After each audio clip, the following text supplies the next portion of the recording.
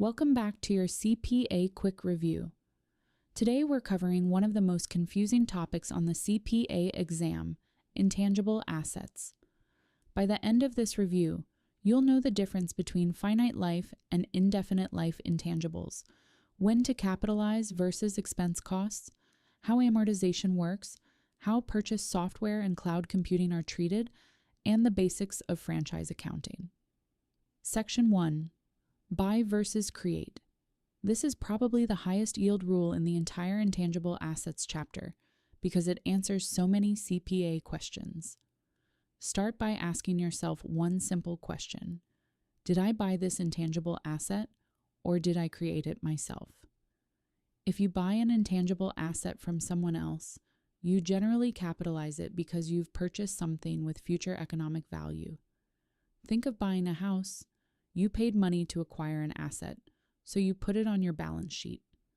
Examples include purchasing a patent, copyright, trademark, customer list, franchise, purchase software, or license.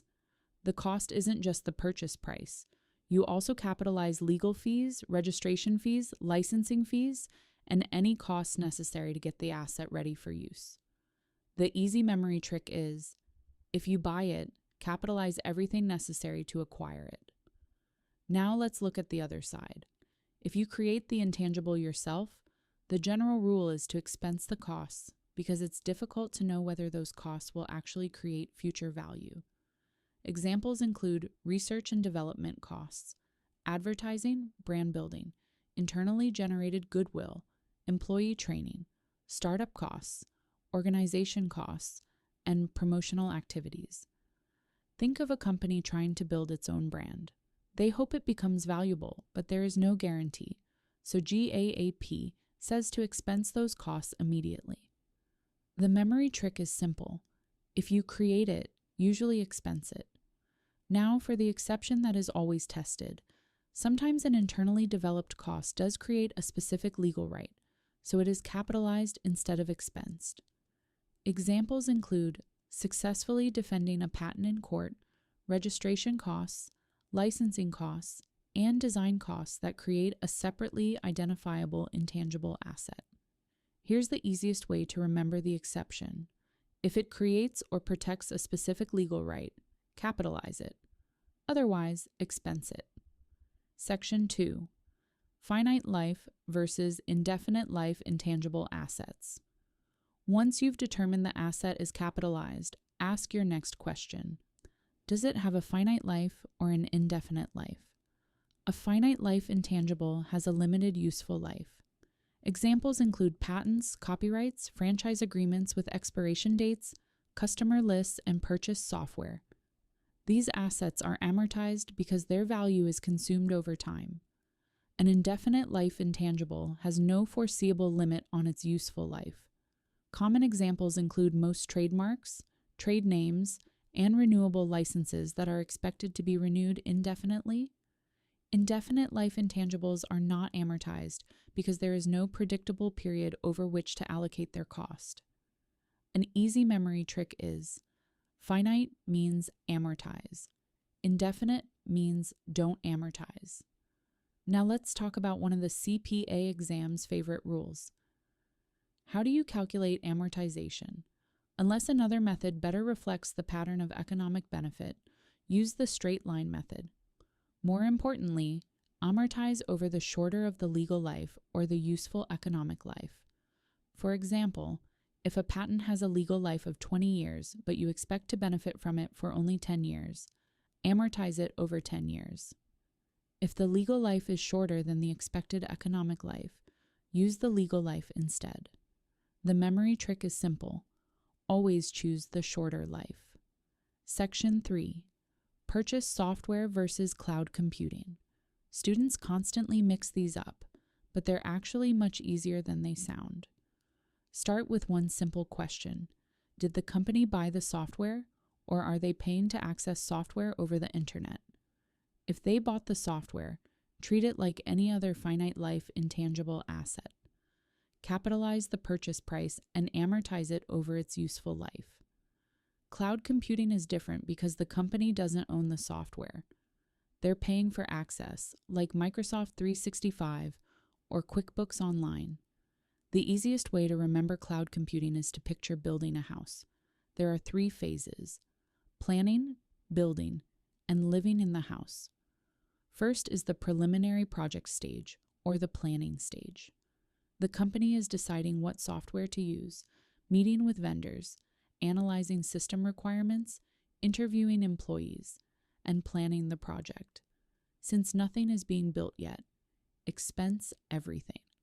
Think planning meetings, system requirement analysis, vendor selection, feasibility studies, and other planning activities. Nothing is capitalized during this stage. Next is the application development stage, or the building stage. This is where the company is actually creating and implementing the system. So many of these costs are capitalized. Examples include coding, software configuration, software customization, installation, testing before the system goes live, software licensing fees, implementation fees, and payroll costs for employees directly involved in developing and installing the system. Think to yourself, we're building the system, so these costs are capitalized. Finally comes the post-implementation stage, or living in the house.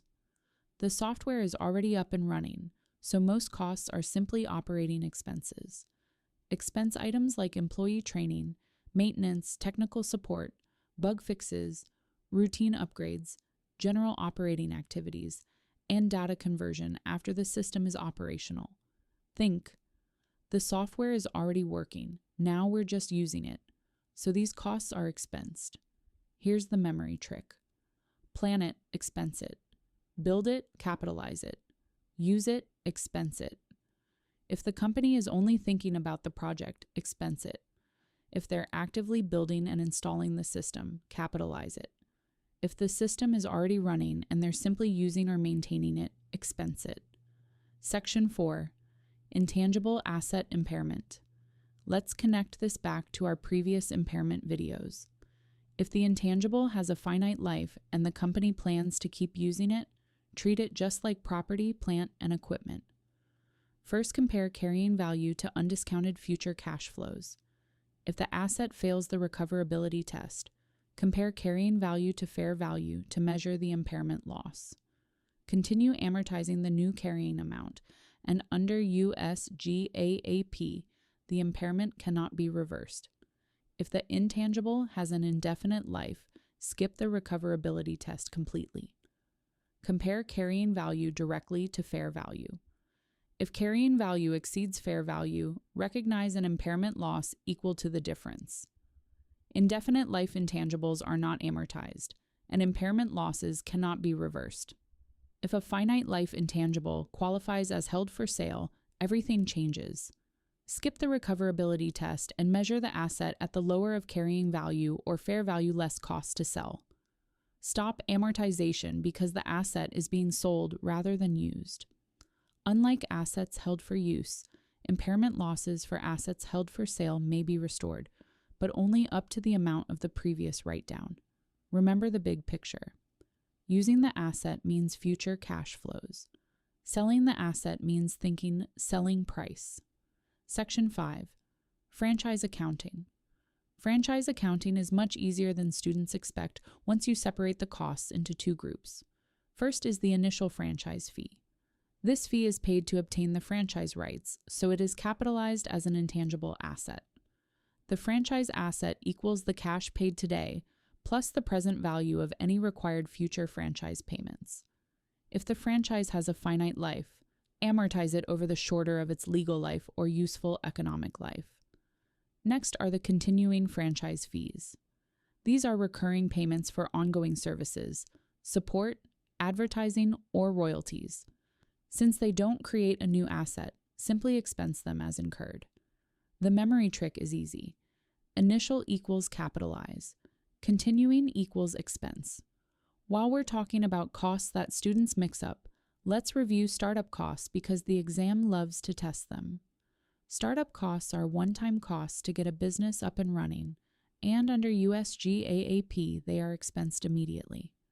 Examples include legal fees to form the corporation, filing fees, organizational costs such as drafting the charter and bylaws, opening a new facility, launching a new product or service, entering a new geographic market, and starting a new manufacturing process. Think of all of these as getting ready to open the doors. None of these costs create an intangible asset, so they are expensed immediately.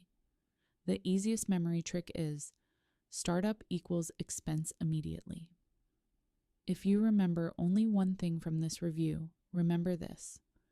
Every intangible asset question can usually be answered by asking 4 simple questions. Did I buy it or create it? Does it have a finite or indefinite life? Am I using it or selling it? And finally, should this cost be capitalized or expensed? If you answer those 4 questions first, the accounting usually falls into place.